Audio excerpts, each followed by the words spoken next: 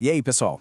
Olha, quem está nessa batalha dos concursos públicos sabe muito bem que tem alguns temas que são a espinha dorsal da aprovação, né?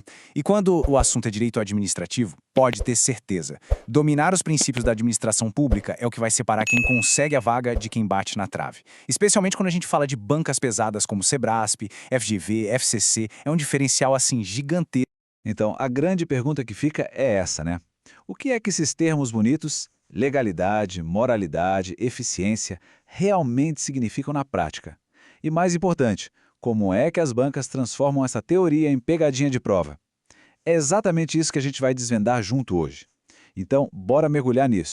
Para a gente não se perder, esse aqui é o nosso mapa do caminho. Primeiro, vamos entender por que esses princípios são a base de tudo. Depois, a gente vai decifrar o famoso LIMP, que todo mundo já ouviu falar. Daí, vamos um pouco além, falando dos princípios que não estão escritos, mas que despencam em prova. E claro, para fechar com tudo, vamos ver como isso funciona na prática, com questões reais. Então vamos lá, começando pela base, o pilar de tudo. Pode até parecer um assunto batido, mas por que os examinadores são tão obcecados com isso?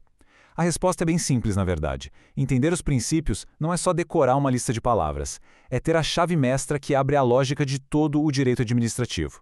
Pensa nos princípios como se fossem uma bússola. Sabe aquela questão super conceitual, em que a banca quer testar o raciocínio? Pois é a compreensão desses pilares que vai te guiar para a resposta certa, mesmo que você não lembre o número do artigo da lei.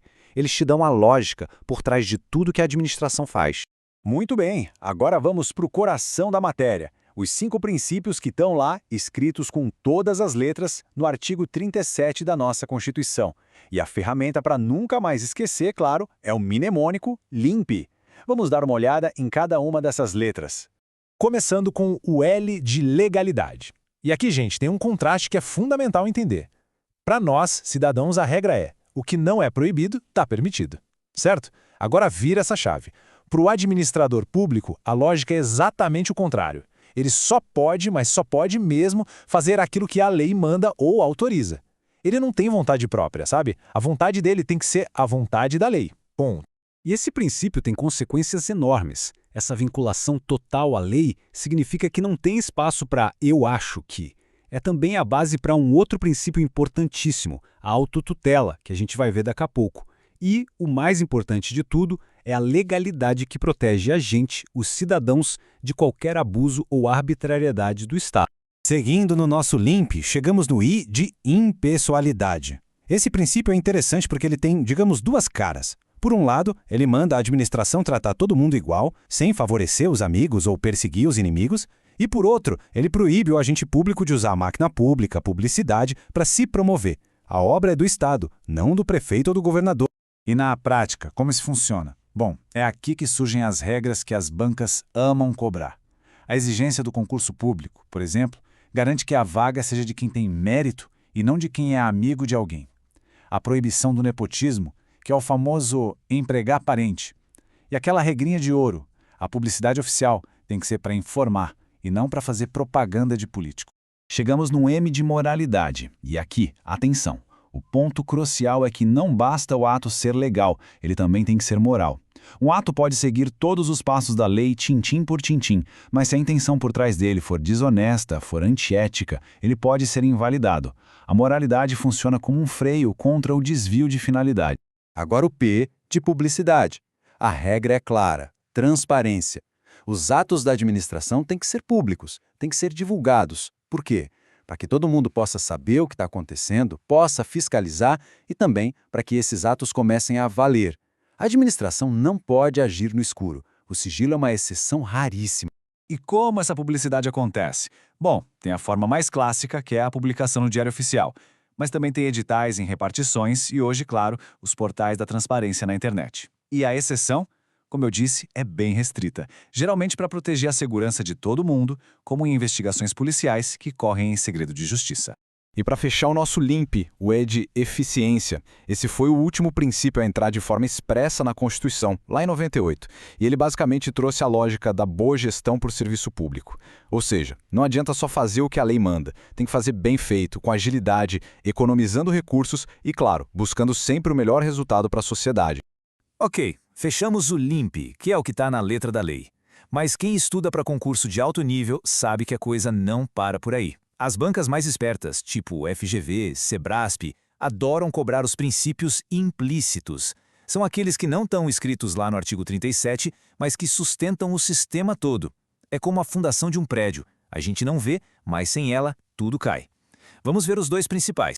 O primeiro, e talvez o mais importante de todos, é o da supremacia do interesse público. O que ele diz é bem simples. Quando tem um conflito entre o interesse de uma pessoa só e o interesse de toda a sociedade, o da sociedade vence. É por causa desse princípio, por exemplo, que o Estado pode desapropriar um terreno para construir um hospital. É a grande justificativa para os superpoderes que a administração tem.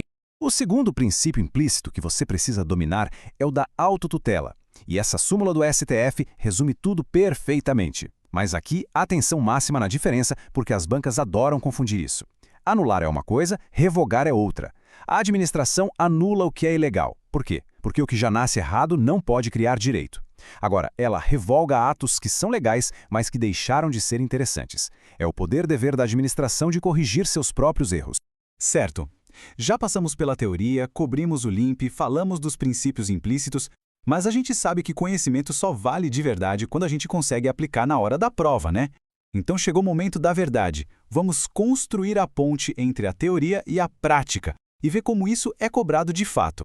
Agora a gente vai pegar um caso prático, uma questão com a cara da sua prova, e vamos dissecar essa questão usando tudo o que a gente construiu até aqui.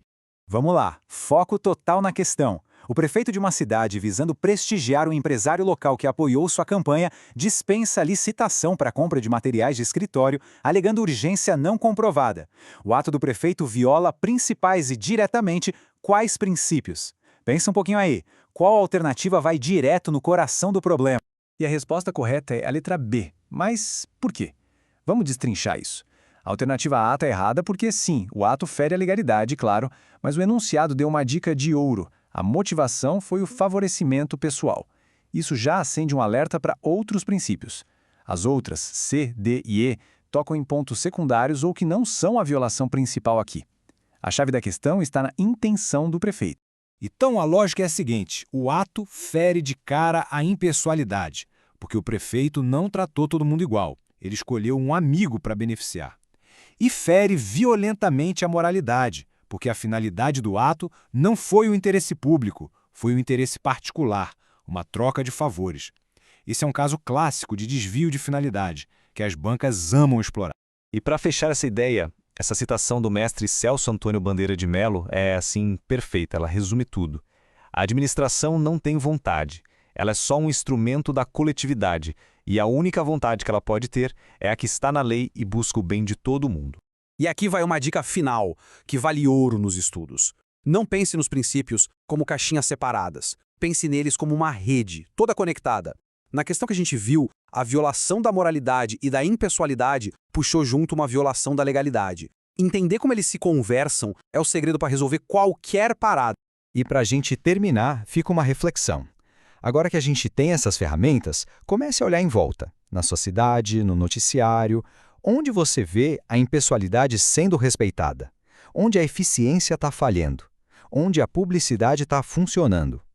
Pensar nisso não só ajuda a fixar o conteúdo, mas transforma a gente em cidadãos mais atentos. Bons estudos e até a próxima!